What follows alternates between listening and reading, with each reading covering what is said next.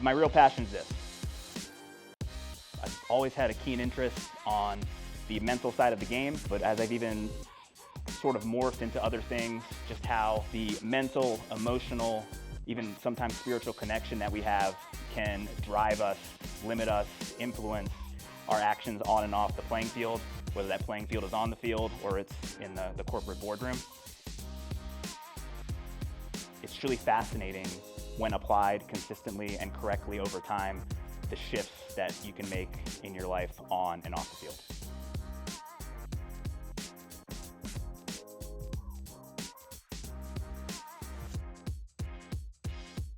It's really amazing how things come full circle. You all will see that in your lives as you start out as players and you move on to your professional baseball careers, you move on to the things you decide to do post-baseball.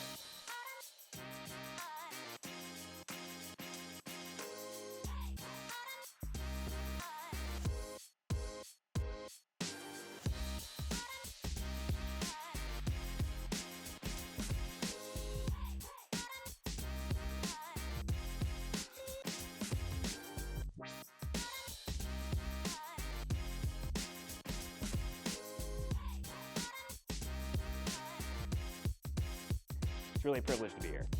A little bit about me, an outfield pitcher, two-way guy, pursued a couple tryouts to play professionally, then I moved into corporate America, rude awakening, really found my passion in a couple of verticals, been in high-level sales, led a couple sales teams for technology startups, currently lead a sales team for enterprise selling.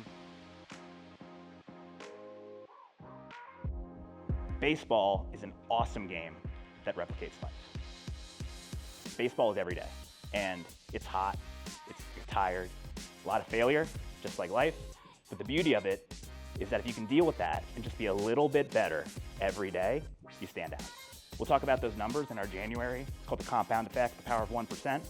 But that is what's awesome about this fucking game, is a little bit better every day, you can stand out massively.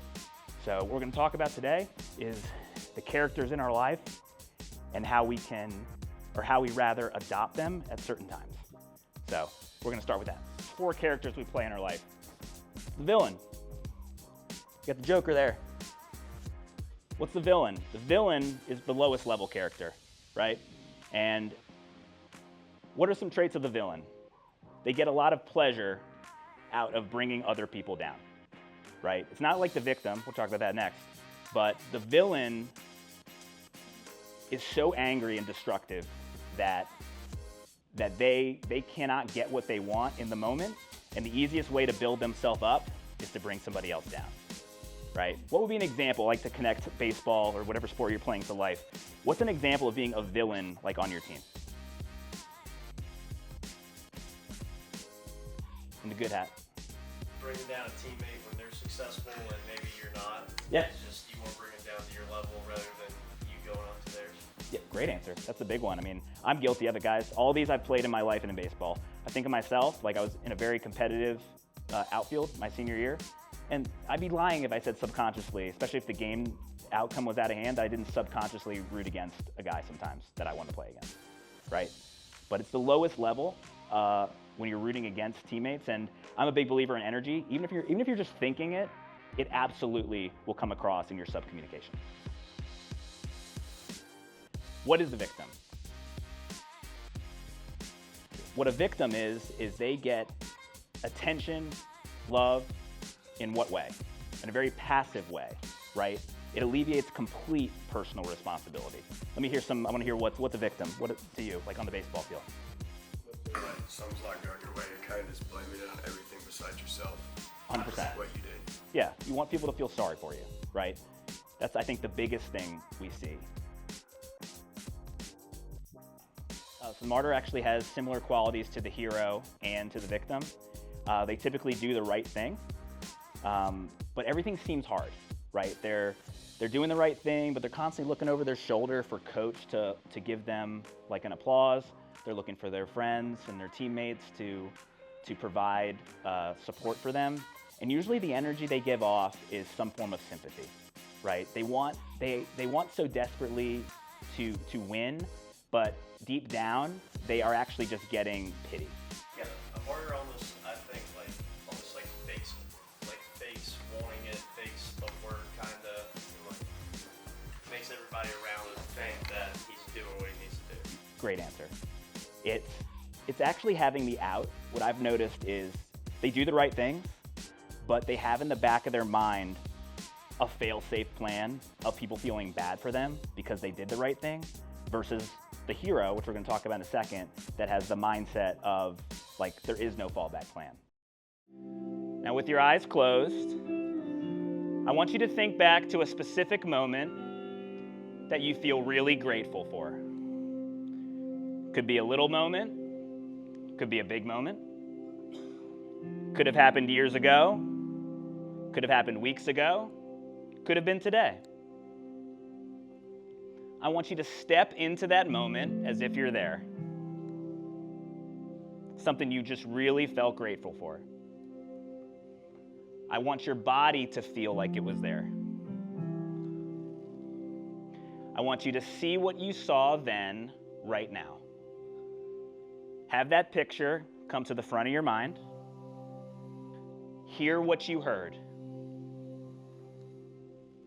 Breathe the way that you were breathing during that moment. Go back to that moment.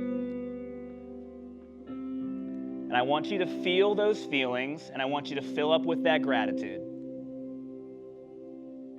Whoever was a part of that moment, whether it was your friends, your family, your teammates, your siblings, and just sit with it. You might have an inner smile come up to your face. You may feel a little lump in your stomach. But have your body fill up with that energy and that gratitude. Enjoy it.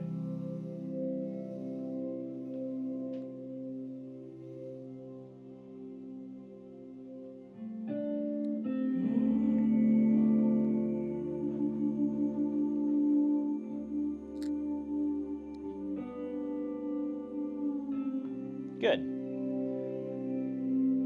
Slowly let that memory start to fade. And what we're going to do now is what we call 3 to Thrive.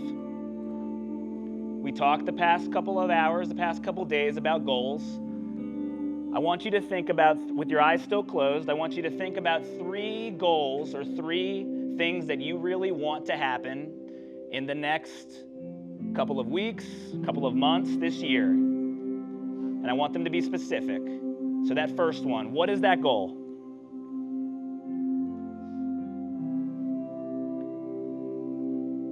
Now I want you to step into that goal, that moment, like it's already happened. It's done. I want you to feel the excitement of that moment, that joy. And I want you to feel the gratitude you had for all the work you put in achieving that goal. What does that look like? What does that feel like? Where it's not a dream anymore, it's something that you have accomplished. Soak it in. Now think of a second one, a second goal, a second outcome that you've worked really hard for. Celebrate it. Again, like it's done. Be proud of it. It should be something that's really important to you, something you've been thinking about for the past year, past decade. You aren't asking for it anymore. It's done. Perfect. Enjoy it.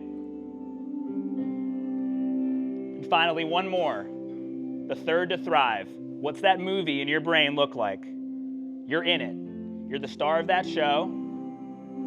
I want you to feel it. I want you to feel the impact it has on you, your teammates, your coaches, your family. Celebrate it like it's done.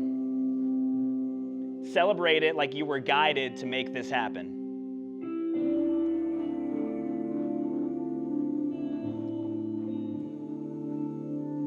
Good.